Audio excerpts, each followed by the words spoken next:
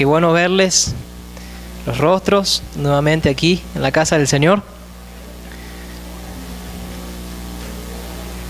Los niños sí, creo que pueden ir pasando al culto infantil. Sí, no sé si habrá alguien para recibirlos hoy. ¿Sí? Espérense. Creo que está Keren y de repente Jennifer, si de repente podría ayudar Jennifer también a Keren ahí, con los niños, que ellos tienen su culto.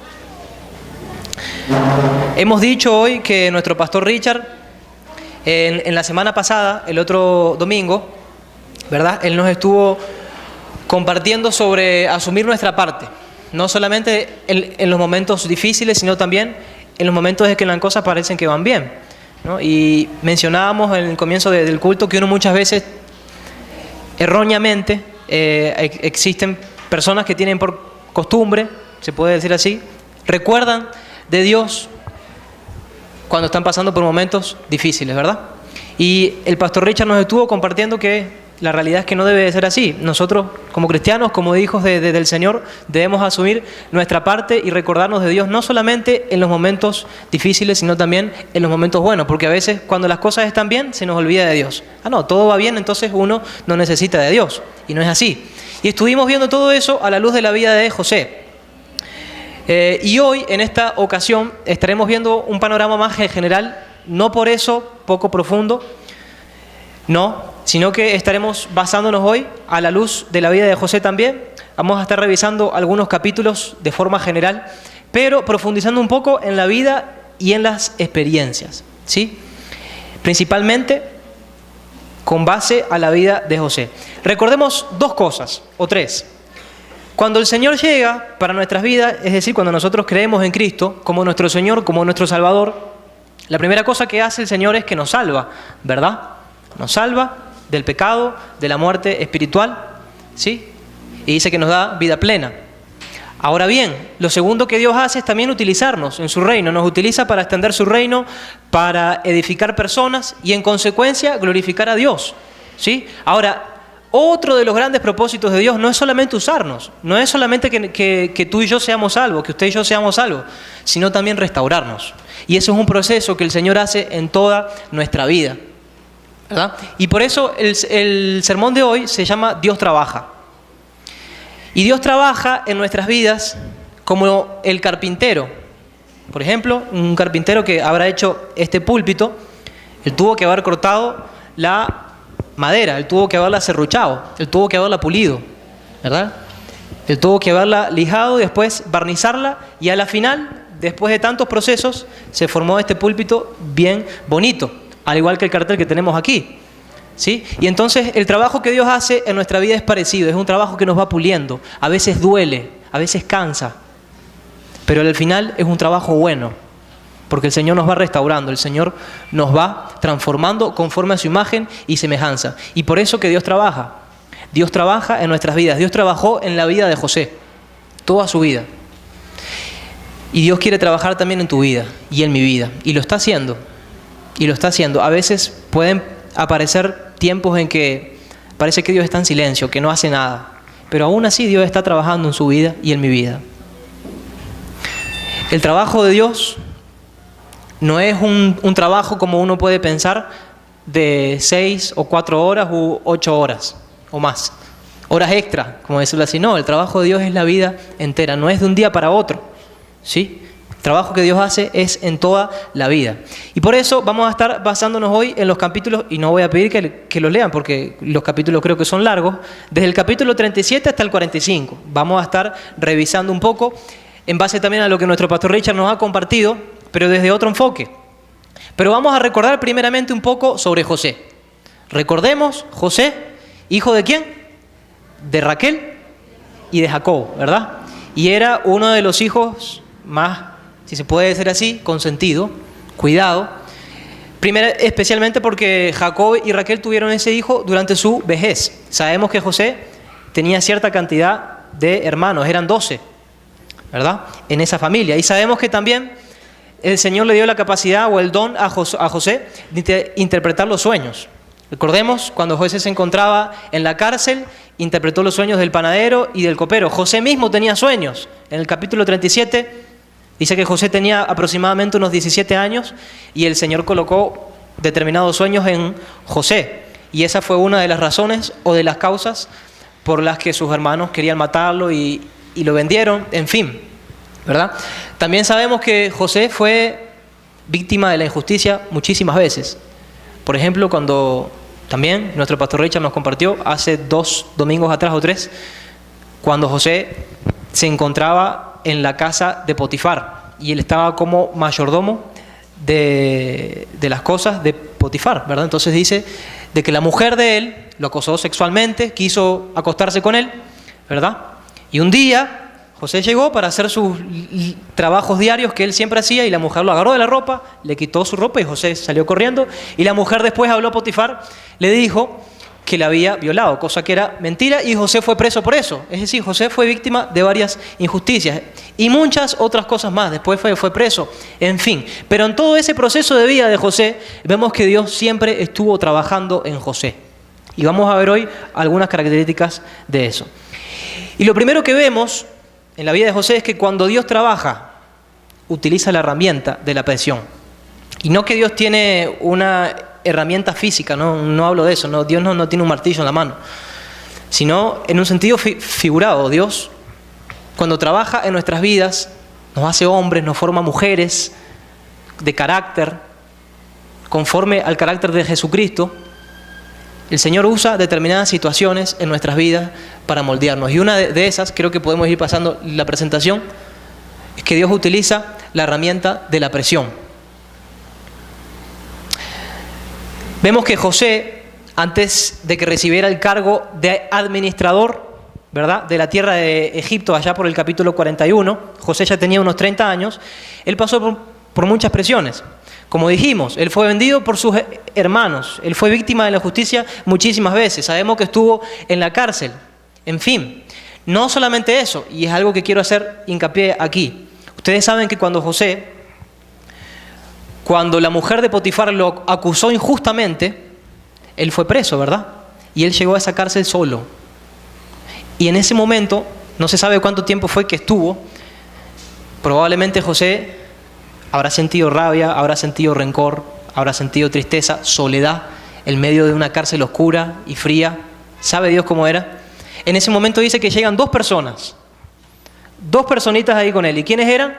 Los siervos del faraón. ¿Quiénes eran? El copero y el panadero, ¿verdad? Entonces, ¿quién sabe ahí si tal vez Josué estableció cierta amistad con ellos? Porque eran compañeros tal vez de celda. Vaya a saber. Y dice entonces que estos 2 individuos, tanto el copero como el panadero, tuvieron un sueño, ¿verdad? Y Josué les hizo el favor de interpretárselos. A continuación de esto, José le dice al panadero, ¿verdad?, que se recuerde cuando él saliera de la prisión, que se recuerde de decirle al faraón, ¿verdad?, que él estaba preso injustamente, que él no tendría que estar en esa celda. ¿Y qué es lo que sucedió? Cuando el copero y el panadero salen, son libres, José sigue estando preso, el panadero se olvidó de José totalmente. Se olvidó de lo que José había hecho por él. ¿Y qué quiero decir con esto? Que muchas veces nosotros en la vida vamos a tener amigos, sí, cercanos, hoy, que nos quieren mucho, que nos aman, que nos respetan.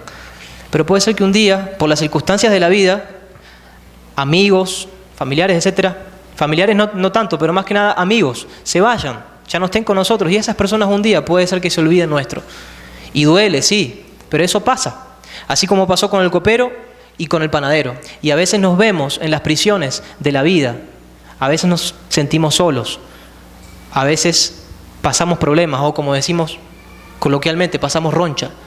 Y qué chévere es cuando hay un copero y un panadero que están ahí, y que son compañeros. Pero qué chimbo es, como diríamos también, cuando estamos solos en la celda y vemos que está oscura y que está fría y que no está el panadero ni el copero. ¿Cómo nosotros reaccionamos cuando estamos ahí? Y fíjense, José pasó 2 años después que el copero y el panadero fueron libres. José pasó 2 años en esa prisión. Porque el panadero se olvidó sencillamente de decirle al faraón que él estaba preso injustamente y se quedó ahí solo. Pero aún así José hizo su parte y José se recordó de Dios y honró a Dios en todo momento. Y la vida es así. A veces hay tiempos en que nosotros estamos rodeados de familia, rodeados de gente que queremos, que nos quieren, amigos, y hay momentos en que estamos solos y en que solamente eres tú y Dios, más nadie, tú y Dios. Y ahí es cuando más crecemos, en medio de las presiones de la vida, en medio de la presión de la soledad muchas veces. Y quiero hacer un paréntesis, traje algunas imágenes de personas trabajando, haciendo ciertos oficios para ilustrar eso, cómo Dios nos va moldeando, nos va transformando. Por ejemplo, aquí lo que se ve es un herrero. El herrero le está dando con una especie de martillo a un metal y en el fuego, y lo va moldeando. Es así que el hierro se va moldeando.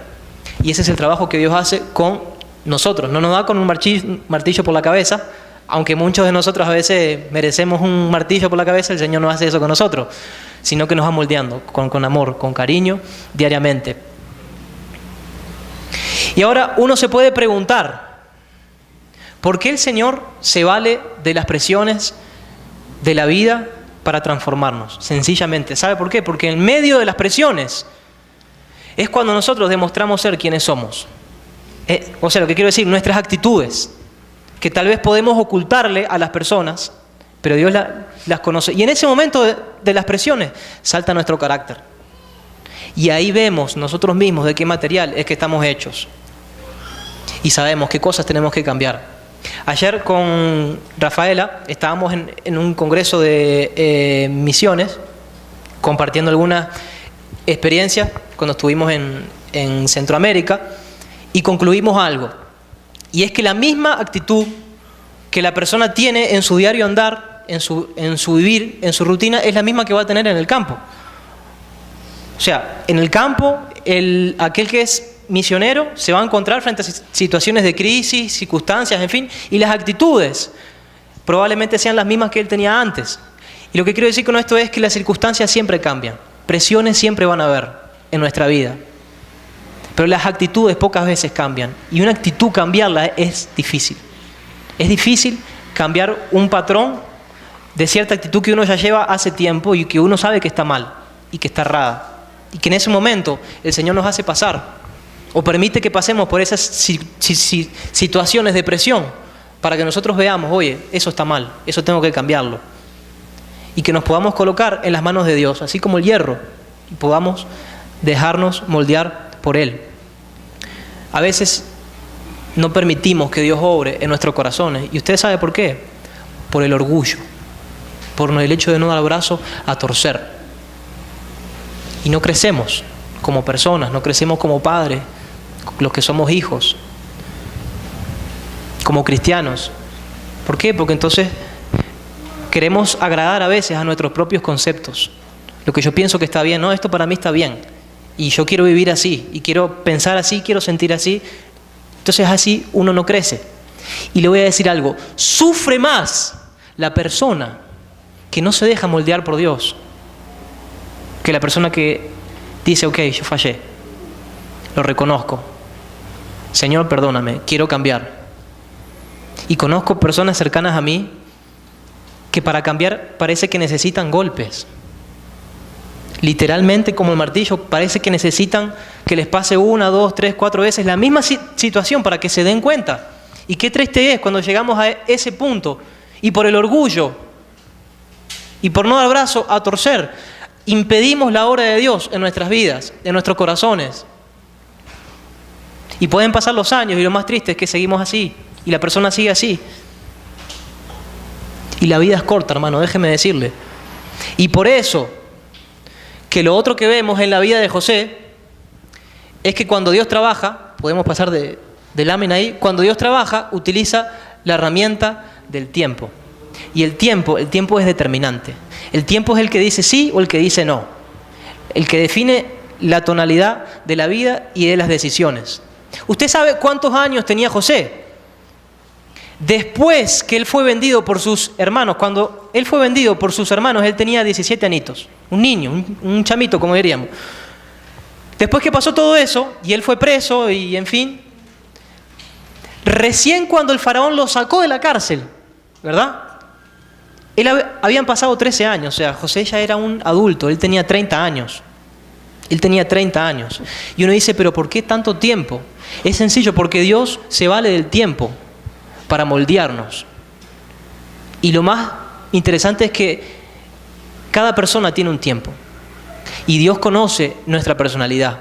Y Dios se vale de nuestra historia, de nuestros procesos de vida y sabe que cada uno tiene un tiempo. Y el Señor en ese tiempo nos transforma. A cada uno de forma diferente. Creo de que lo comenté hace un tiempo, pero conozco personas, amigos míos, que el Señor obró de una forma milagrosa. Y estoy hablando de personas que venían con vicios, alcoholismo, drogas, etc. Y el Señor de un día para otro hizo la obra en ellos y hoy están sirviendo a Dios en otros países, en Brasil. En fin, uno dice, wow. Pero hay gente que no, hay gente como uno que el Señor va obrando poco a poco. Y tal vez ese pueda ser su caso hoy. Y es que Dios trabaja y se vale también de la herramienta del tiempo. Había un poeta, hubo un poeta que se llamó Jorge Manrique, y él escribió una obra que decía Coplas por la muerte de mi padre. Y en esa obra, ¿verdad? En esas coplas, recuerdo de que estudiamos eso en el liceo, y uno ve eso y era un poquito deprimente en el sentido de que hablaba mucho de la muerte. Y es que realmente el poeta, él escribía todo lo que sentía en cuanto a la muerte de su padre, ¿verdad? Entonces, bueno, recuerdo de que había una frase, no la recuerdo textual, parafraseadamente decía que si uno quisiera agarrar el tiempo con las manos sería imposible. Y que si uno quisiera marcar en la línea del tiempo el presente, el ahorita, el ya, no podría. Porque el presente, dice, es un punto y que ya pasó y que quedó atrás. Y no podríamos, y lo que quiero decir con esto es que la vida es fugaz. Aprovechemos el tiempo. Aprovechemos el tiempo para dejarnos moldear por Dios, para amar a los nuestros, para compartir. No todo es trabajo. No todo es presión tampoco. Disfrutemos cada momento de nuestras vidas en comunión con Dios y dejémonos transformar por Él. A veces se nos olvida que nuestra vida es corta. Y nuestra vida es corta, hermanos. La Biblia dice que es como la hierba, que hoy está y mañana no. Y uno piensa que 80 años es mucho. Y la verdad no es nada. Y se nos olvida que hoy somos jóvenes, tenemos 20 años y dentro de unos meses o unos años tendremos 80, 70. Y se nos fue toda una vida. Dejémonos moldear por el Señor. Ahora bien, usted sabe que cuando se trata de presión y cuando se trata de tiempo, el Señor utiliza esas dos cosas para transformarnos, ¿verdad? Y usted sabe que el carbón, se dice que el carbón, tal vez alguien sepa más que yo en esto, pero se dice que el carbón, cuando es sometido a cierta cantidad de tiempo y a cierta presión, no sé cuánto tiempo, pero deben ser cientos de años, ¿verdad? Y a cierta presión, el carbón se transforma, ¿saben qué? En diamante. Por la presión y por el tiempo. Entonces, no piense que Dios no está obrando en su vida. Y usted ve que pasan los años y hay cosas que usted intenta cambiar, intenta trabajar y se está forzando y ve que no hay cambio. No piense eso. Dios está trabajando siempre en nuestras vidas, en nuestros corazones. ¿Sí? Dios siempre está trabajando. Y el Señor utiliza la herramienta del tiempo para pulirnos, así como el carpintero a la madera, día a día. Lo tercero que vemos en la vida de José es que cuando Dios trabaja, utiliza la herramienta de la responsabilidad. Y quisiera resaltar algunas escenas. El capítulo 37 se ve a un José cuidando y administrando, ¿qué? Las ovejitas de su padre ahí. Con las ovejas y cosas. Y uno ve, en el Antiguo Testamento, la profesión de pastor no era una gran profesión. Era una de las más bajas. Y José con 17 años estaba ahí cuidando de las ovejitas de su padre. Después vemos a un José en el capítulo 39, ¿qué? Cuidando y administrando la casa de ¿quién? De Potifar. ¿Verdad? Dice que Potifar confió en él completamente. Es más, Pastor Richard también comentó que cuando la mujer de Potifar mintió contra él y él fue preso, Potifar tuvo misericordia de él. Y se ve que en el fondo creía en él aún. Porque en ese tiempo esa gente lo que hacía no era mandar a nadie preso, era cortarles la cabeza de primera. Y mucho más cuando se trataba, imagino, de la esposa de él, ¿verdad? Entonces vemos a un José cuidando y administrando la casa de Potifar. En el capítulo 39 también vemos a un José, cuando fue preso, ¿qué? Administrando y cuidando de los presos. Y dice que el carcelero le confió todo. Dijo, mira, la cárcel es tuya. Las llaves acá está. Y José se podría haber escapado, inclusive pienso yo, ¿verdad? Pero vemos a un José cuidando y administrando de los presos de la cárcel. Y en el capítulo 41, finalmente, vemos a un José cuidando, ¿qué? Y administrando la tierra de la nación de Egipto. Entonces, yo no sé si ustedes perciben, pero hay un común denominador en todo eso, y es José como mayordomo. Y lo que quiero decir con esto es que el Señor estaba preparando a José. Desde chamito, desde 17 años, cuidando las ovejitas de su padre. Y mira, hermano, Dios a usted no lo va a tirar al mar nunca, si usted no sabe nadar. Dios no le va a dar a usted nunca responsabilidades de las cuales usted no puede llevar. El Señor permite de que nosotros aprendamos paso a paso, por medio de las responsabilidades, hasta la más mínima, hasta la más baja que nosotros podríamos pensar. El Señor se vale aún de esas responsabilidades mínimas para formarnos. Y el Señor primero quiere formarlo a usted y a mí y a ti como siervos, que aprendamos el valor de ser siervos. No en vano, Jesús un día, hablando con sus discípulos, que ellos estaban discutiendo cuál es el que sería mayor en el reino de los cielos, Jesús sabiamente y con mucho amor cortó esa discusión y dijo, mas entre vosotros no será así. Sea el mayor de entre vosotros como el más joven y el que dirige como el que sirve. Aprendamos el valor de ser siervos en nuestras responsabilidades. Aprendamos el valor de respetarnos. Aprendamos el valor, primeramente, de pensar en el hermano. A veces cometemos el egoísmo de pensar tanto en uno que se nos olvidan que los otros también pasan problemas y que también a veces pasan tristeza y que a veces también se sienten solos o que necesitan de algo. Porque yo necesito, porque yo quiero, porque yo no sé qué. Y se nos olvida los otros. Y Dios quiere de que nos comprometamos unos con otros. Y Dios quiere trabajar nuestro carácter por medio de las responsabilidades aún mínimas que nos corresponden. No estoy de acuerdo y he escuchado personas que entonces dicen, bueno, yo quiero servir a Dios en la iglesia, pero yo voy a servir a Dios si Dios me pone en tal cargo. Ahí sí yo sirvo a Dios, yo voy a servirlo con el corazón. Eso es incorrecto. Está bien, qué bueno que tú desees eso, que usted o que yo o que cualquiera desee eso.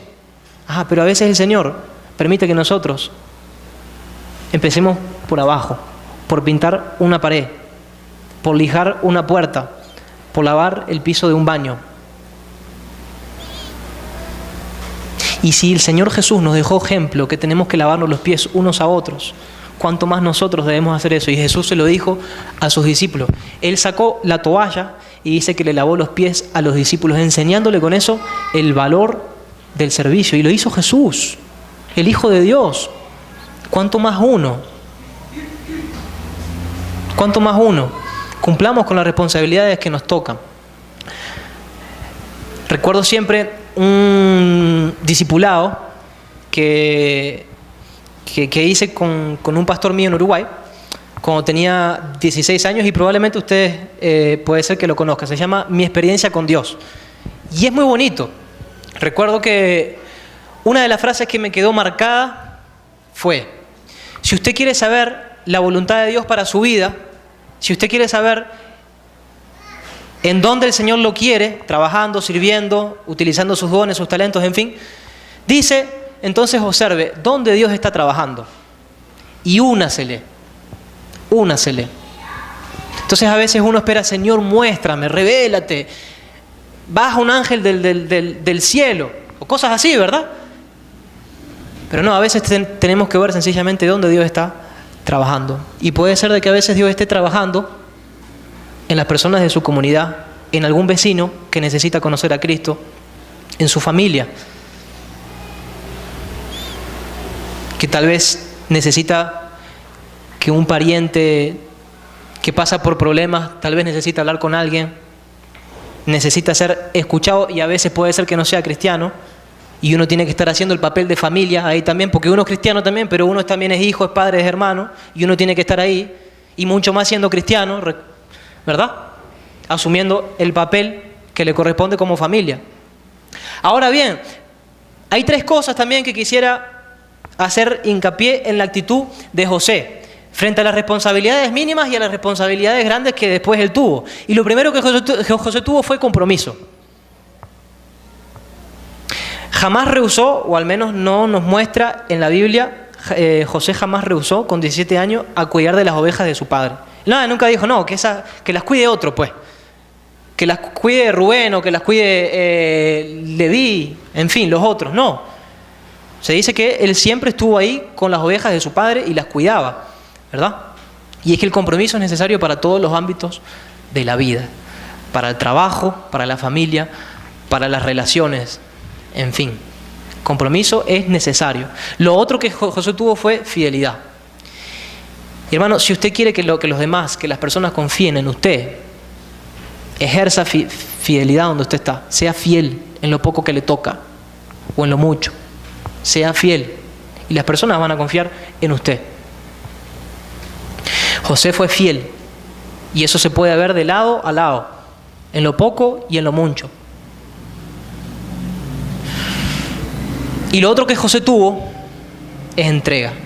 Y es que la entrega es eso que lo mueve a uno a hacer las cosas con amor, a hacer las cosas con sentimiento, con pasión, con entrega, con el querer, con la voluntad. Es como el poeta que escribe. Cuando él escribe, él saca todo lo que hay dentro y él lo hace con voluntad, con sentimiento, con todo, ¿verdad? O como el músico que toca piano, que toca guitarra, que toca trompeta, que toca saxofón, lo hace con sentimiento. Y así debemos ser con nuestras responsabilidades, hacerlas con entrega. Y le voy a decir algo, no, o piense bien antes de comenzar algo de lo cual usted no tendrá entrega. Porque es probable que usted, si no empieza algo con entrega, con fidelidad, con compromiso, puede ser que lo deje a la mitad del camino. Y existen personas, tristemente, que se pasan la vida comenzando algo y dejándolo por la mitad. Y cuando quieren ver, le pasaron 30, 40 años y mira y no logró nada. Porque todo lo que intentó, por falta de compromiso, por falta de fidelidad, por falta de responsabilidad, lo dejó. Dejémonos moldear por el Señor por medio de las responsabilidades. Y por último, cuando Dios trabaja, utiliza la herramienta del dolor. Y aquí creo que esta imagen es bastante gráfica. Es el barro en las manos ¿de quién? Del alfarero, moldeándola, ¿verdad? Así el Señor a veces nos moldea por medio de las situaciones dolorosas. Y no estoy diciendo con esto que Dios sea un sádico y que Él se alegre con nuestro sufrimiento. No, Dios nos alegra con nuestro sufrimiento. Lo que quiero decir es que hasta las cosas que a ti y a mí nos parecen malas, nos parecen horribles, nos parecen dolorosas, hasta esas cosas el Señor se vale para transformarnos. A veces uno piensa, no, bueno, porque por problemitas y por cosas. No, el Señor se vale hasta de lo que más duele para transformarnos. Nada en la vida es en vano. Nada en la vida es en vano. Se sufre, sí. Se duele, sí. Uno llora, sí. Uno tiene rabia, sí. Uno pasa injusticia, sí. Pero nada en la vida es en vano. Todo el Señor lo permite y a veces para moldearnos, para transformarnos. Siempre, todo lo que Dios hace en nuestras vidas es bueno. Y lo que Dios permite, muchas veces, puede servir. Eso sí, si nosotros miramos con los ojos de Dios. Porque a veces nosotros miramos con nuestros propios ojos. Y lo único que vemos es esa fachada negra, oscura, y que no hay nada más allá adelante. Pero si nosotros aprendiésemos a mirar con los ojos de Dios la vida, las circunstancias, el dolor, oye, sería diferente. Veríamos esperanza en medio de las cosas trágicas y tristes que nos suceden. Y eso fue lo que pasó con José. José con 17 años fue vendido por sus hermanos. Los hermanos dicen que en un comienzo pensaban hasta matarlo. Hermanos de sangre, de carne. Y él era un niño de 17 años. Y cuando fue vendido, imagínense cuántas noches José habrá pasado sin dormir. ¿Cuántas noches José habrá pasado llorando y preguntándose el por qué? ¿Por qué? ¿Por qué? ¿Por qué? ¿Por qué a mí? Y aún así, José honró a Dios aún en ese dolor. Y ¿saben qué, hermanos? A veces, y no estoy diciendo que sea su caso, pero sí creo que fue el caso de José. Tal vez el Señor permitió el dolor en la vida de José. ¿Sabe para qué? Para que José aprendiera a perdonar. Porque usted y yo no vamos a aprender a perdonar hasta que pasemos por una experiencia que tengamos que hacerlo, que nos duela en el alma, en lo profundo. Y el perdón es un valor que el Señor quiere formar en nosotros. Si Cristo nos perdonó, ¿cuánto más nosotros tenemos que perdonar a los que nos ofenden? Dice. Y tal vez a veces, por medio del dolor, el Señor quiere que aprendamos a perdonar. Hablábamos hoy en la escuela dominical, en las clases de bautismo, que cuando uno no perdona la ofensa de otro, es como tomarse uno un veneno y esperar que la otra persona muera, cuando el que se está envenenando en realidad es uno. ¿Y saben qué? José, después de 13 años sin ver la cara de sus hermanos nuevamente, cuando José ya estaba colocado como la segunda autoridad más importante en Egipto y la tierra, en la tierra había un hambre impresionante, dice que los hermanos de él vinieron hasta Egipto porque sabían de que ahí había comida y José los reconoció. Pero ellos a él no, porque me imagino que él estaba vestido con sus ropas reales y ellos no lo reconocieron, pero él sí. Y la primera reacción que José tuvo fue orgullo, dolor, y se cerró, y dice que los reconoció y que los trató como espías. No, porque somos tus siervos y que venimos a pedir pan y no sé qué. No, ustedes son espías, váyanse de acá, no sé qué. Y así fue, cuando uno lee, y les invito a que ustedes lean, hermanos, es una cosa interesantísima. Y esa fue la primera reacción de José. Pero ¿sabe lo que pasó después, en el final? Dice que hubo un punto donde José ya no soportó más. Estaban reunidos todos, ellos aún no sabían que él era José, el hermanito chiquito. Y dice que entonces José ya no soportó más. Se sacó eso, la ropa que tenía puesta, y dice: yo soy José. Y dice que en ese momento se abrazaron todos, los hermanos atónitos, se empezaron a besar, empezaron a llorar. Y vaya a saber, y no dice acá, todo lo que se habrán dicho ahí. Todo lo que se habrán dicho: perdóname, hermano. Vaya a saber.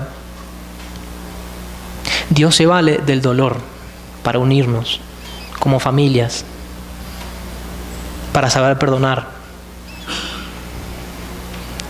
Y lo repito, la persona que no da abrazo a torcer es la persona que más sufre a veces.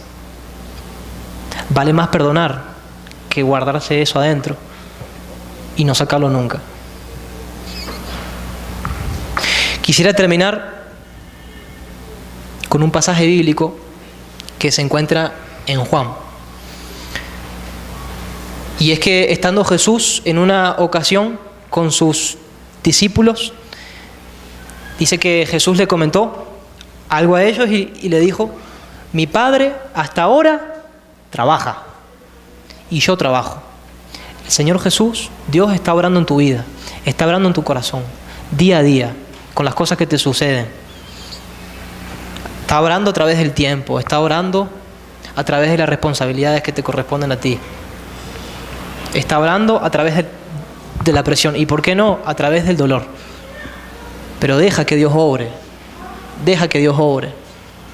No permitas que el orgullo sea algo que te cierre y que no te deje ser transformado por Cristo. ¿Sí? Quisiera orar para que el Señor nos ayude a dejarnos ser moldeados por Él, a dejarnos ser transformados por Él. Señor, gracias, Padre, por este tiempo, Señor, que pudimos escuchar de tu palabra, porque nos hablas al corazón, Señor, a lo profundo, Señor, y nos dejas ejemplo como la vida de José, Señor. Un muchachito, Señor, de 17 años, y cómo tú usaste su vida y lo restauraste. Señor, haz esa obra también en nuestras vidas, Señor. Restáuranos, Señor. Tú sabes que muchos de los que estamos aquí venimos con cicatrices, Señor, del pasado. Venimos con morrales, Señor, de peso, Señor, que nos cargan. Señor, yo quiero pedirte, Señor, que nos ayude, Señor. Nos ayude, Señor, a ser transformados. Moldéanos, Señor, como el barro, como el alfarero al barro, Señor.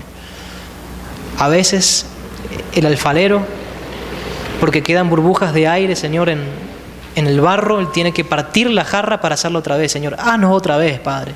Haznos otra vez. Quebrántanos, Señor, si es necesario quebrantarnos, Señor. Con el dolor, con el tiempo, con las presiones, Señor, con las responsabilidades, Señor. Pero haznos, Señor, y crea en nosotros, Señor, el carácter de Cristo, Señor. Día a día, Señor, el carácter de servicio, del amor a otros, Señor. Del perdón, Señor. Ayúdanos, Señor, día a día, Padre. Nos colocamos en tus manos. Coloco la vida de mis hermanos en tus manos, sus luchas, Señor, sus procesos de vida que están pasando en este tiempo, que solo tú conoces, Señor, y conoces cómo se está sintiendo cada uno, Señor. Preocupaciones, dolores, rencor, rabia, que son cosas, Señor, normales, pero que en medio de todo esto ellos puedan verte, Señor. Ellos puedan ver con tus ojos los problemas y las cosas que les suceden, Señor.